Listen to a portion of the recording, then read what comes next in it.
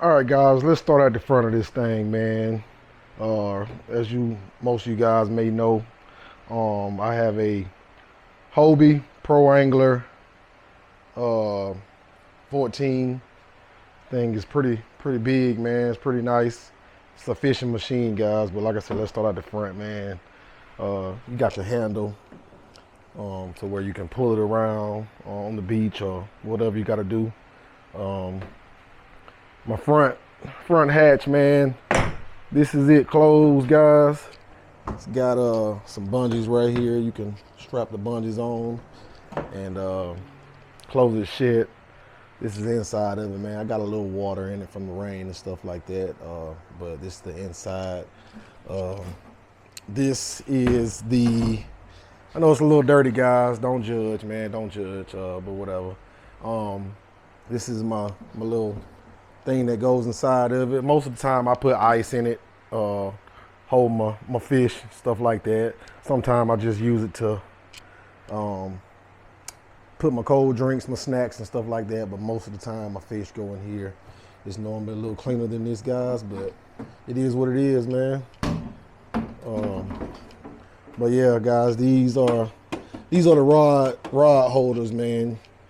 You actually put your rods in there, shove them in there, and you got 6, 3 on each side. This is they're very helpful, man, especially when you go in places where you got low overhead. Put them in there, you ain't gotta worry about them, and also you ain't gotta worry about them, sticking up behind you, catching anything. But let's keep moving, man. This is my battery for my fish finder. This is the holder. Bought that kit, had it installed. This is the battery that goes in it. You guys can see that name right there, not Q or whatever you say.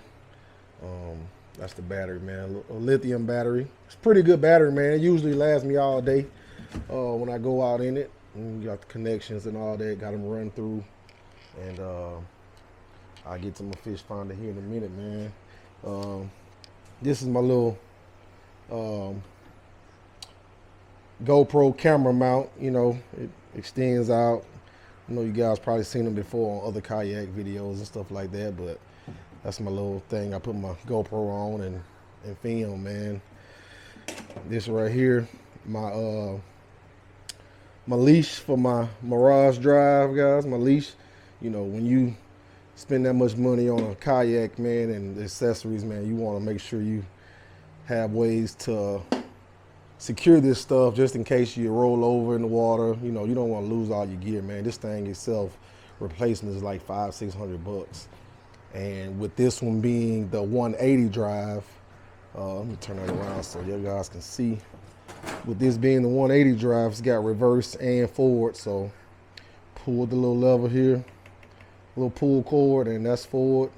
That's reverse, man. Whenever you got a big fish or something trying to go in the dock, pull the reverse, bag it up, pull them out of there, man. Works great. Have no problems out of it. I try to take good care of this thing because this is the motor to your kayak, man. You don't want to lose it. So that's that, man. Let's go around on this side right here.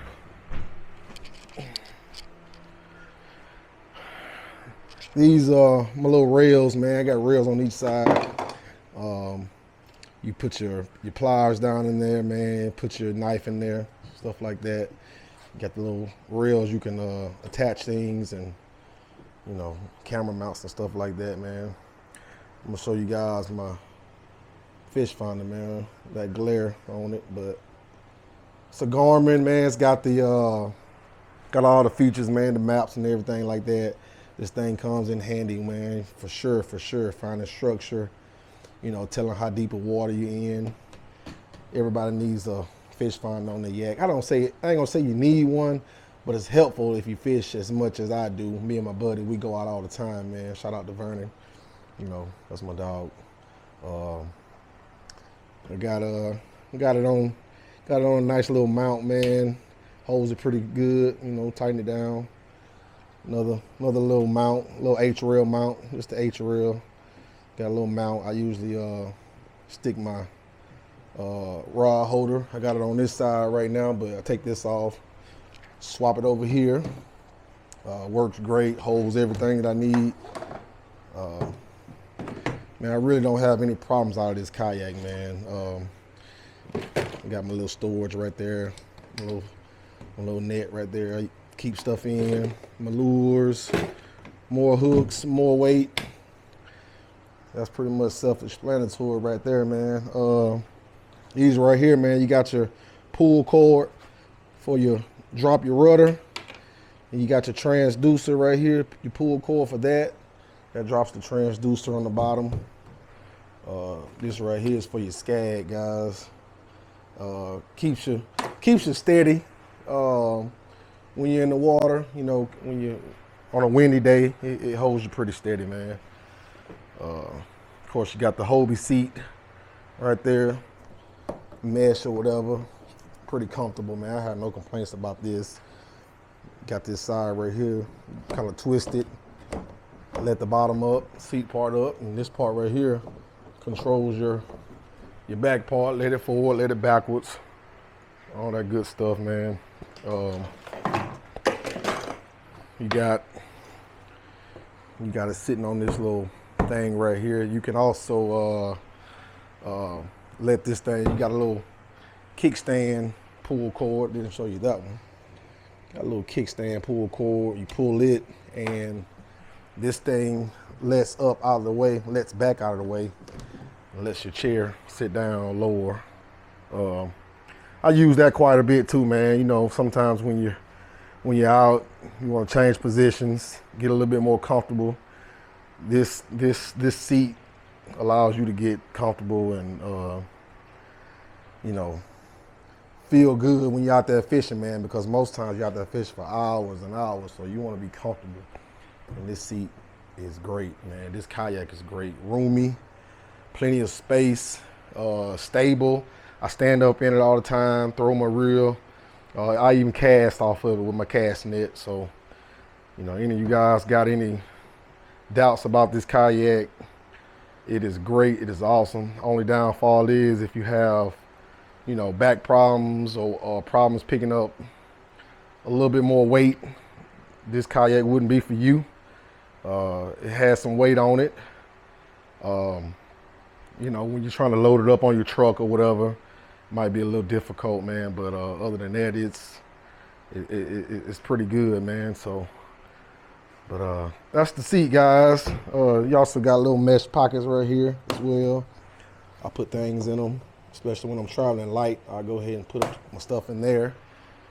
That way I don't really need a fish bag or nothing like that. So let's keep it moving, guys. Talk about my Bass Pro Shop life vest. I'm big on safety, man. Not only because I work on the boat and I know how dangerous the water can be, guys, but you know, you try to respect the water, because when you're out on the water, man, weather can go bad at any moment, and you don't want to be caught out there in a bad situation, rough waters. You know, you get tired trying to swim back. Got your life vest, man, to save you, man. So you guys wear your life vest, man. It's very important. Keeps you safe. Make it home to your family.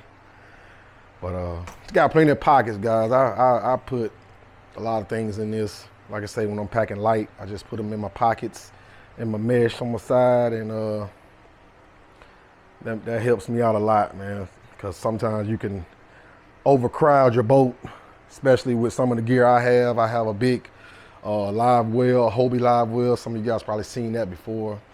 I got a big Hobie live well that sits in the back, takes up a lot of space. So sometimes you want to pack light and, you know, not have to worry about a lot of stuff. So this helps out a lot too. Let's keep it moving, man. To the back, you got rod holders on each side right here. Got a back hatch. You know, I don't usually keep anything in that, but you got it. You can buy a bucket for it and, you know, put stuff in it. Sometimes I'll put maybe some dry clothes or something in it or whatever. Put it in the bag or something, put it in there. But yeah, that's pretty much it on that. My anchor, it's about a 5-pound anchor or whatever, man. It works pretty good. It holds it. You know, on a windy day, I might drift a little bit with it, but most days, man, you want to go out calm, nice weather anyway, so it holds for the most part, man. But a lot of times I drift. I'm on the move a lot, hitting docks and stuff like that, so I very rarely anchor down unless I'm on top of fish. I'm fishing some type of structure or something like that. But let's keep it moving, man. I got my Duracell 12-volt battery I use for my trolling motor here. Trolling motor's pretty good, man. I actually built it. I ain't gonna say I built it myself basically, but you know, I've seen other guys with this setup, man. So that's where I got it from. Minn Kota trolling motor. This right here is the cassette that goes in the middle of your kayak. Put it in there, locks it down. It's basically, you use that cassette when you don't have your Mirage drive in. You use that cassette, you know, keep water out, whatever. So, but I took this trolling motor apart and put this on to where I can sit my trolling motor down in the middle of my kayak and use it when I don't feel like pedaling. But I actually put it on wrong, so this part has to go up here. So I'm gonna swap it around. Nothing to it, man, just a little work. But that's my trolling motor, man. I'll show you guys how it looks on. Of course, all you guys may have, you know, nothing exciting, but I'm gonna show you guys anyway. So put that over here. But the Hobie Pro Angler, man, comes with 2 paddles. Comes with 2 paddles. This is what the paddle looks like. Short little paddle. You know, put them right there in the lock. You got the other one. The other paddle goes here. So I usually just take one out, man. It floats, so if it falls in the water, you ain't got to worry about it losing it if it does float. So I just take one out. Help me get away from the bank, stuff like that. And once I'm in deep enough water to use my Mirage drive, I put that back up, and that's it on that. I also have a stakeout pole that I use. I think this is a 10-foot stakeout pole. Well, you guys can see that. 10-foot stakeout pole.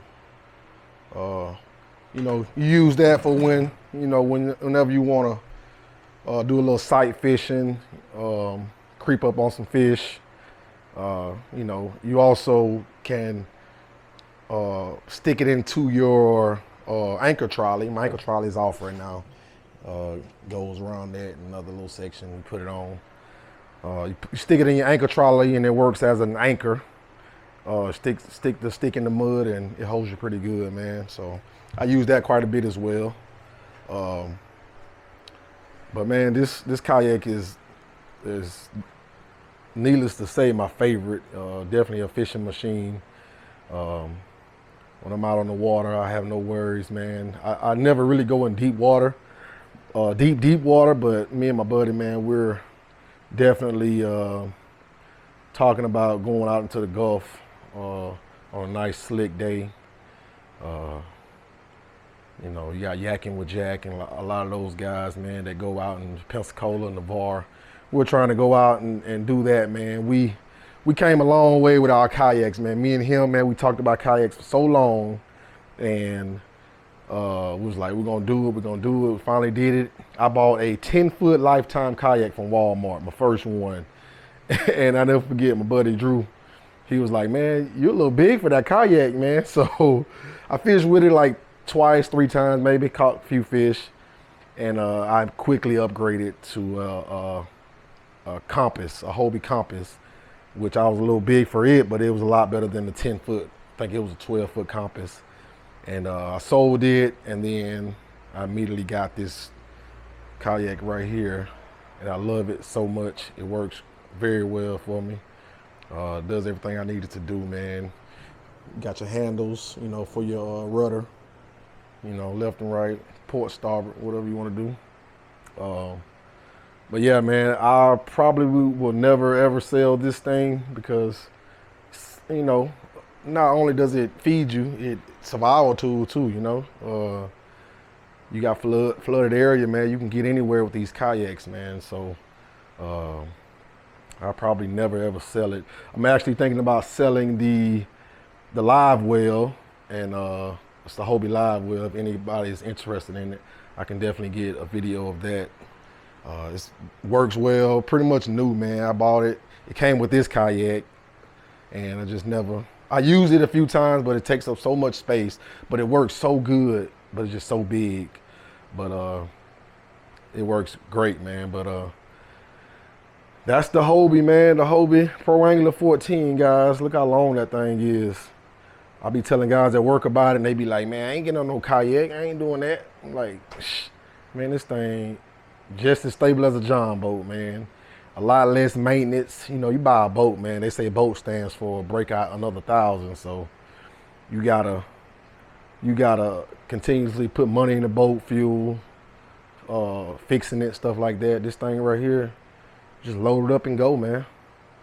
So anybody that's interested in getting a kayak, thinking about it, man, do it. You'll love it. If you love to fish, this is a new experience. You're close to the water, and it's awesome, man. It's awesome. But I did mention I wanted to show you guys my other kayak. I actually bought this one from Drew. This one is a native, man. It's a native kayak. It's a 14-footer. It's actually a 2-seater.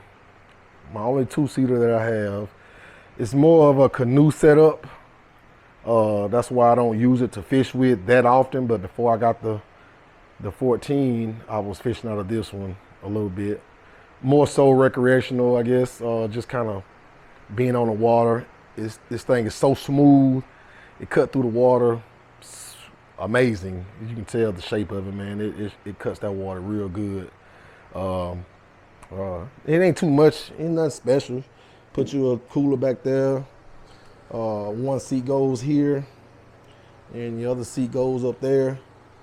And man, I just get in this thing and paddle and just go. Very comfortable, long.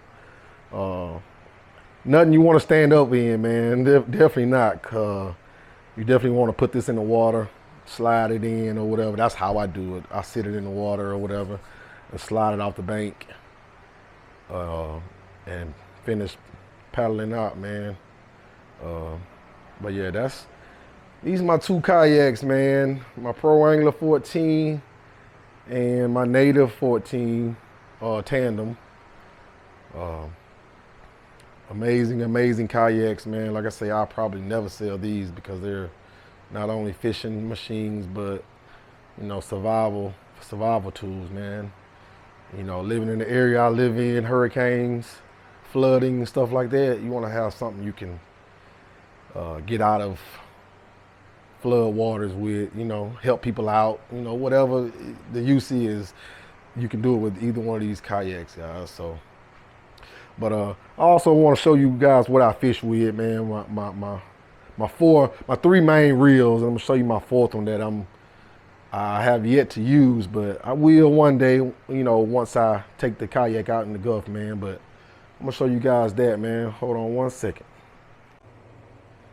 All right, guys, these are my 3 main rods that I use when I go fishing, man. I got a Penn Fierce, was that a 6,000? Penn Fierce 6,000. I got a Penn 4,000 right here. I got a Penn Pursuit 2500 that I use. I don't know if you guys seen one of my last shorts that I put on, but I had one just like this. I had bought 2 for some reason.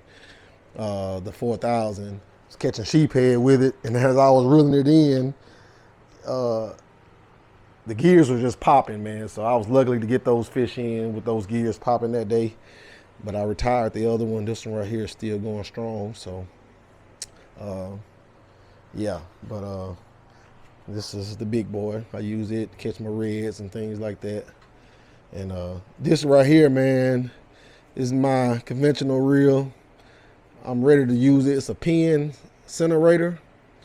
I have yet to use it, man. I've been waiting to go take the kayak out in the Gulf and use it, you know, drop some bait down and catch some snapper or something with that big boy there, man. I can't wait to use it, man. I bought it used, but it's, you know, it's a nice reel, so I keep it, you know, keep it in good shape. So but that's it, man, for this video, guys. I hope you guys have a wonderful day.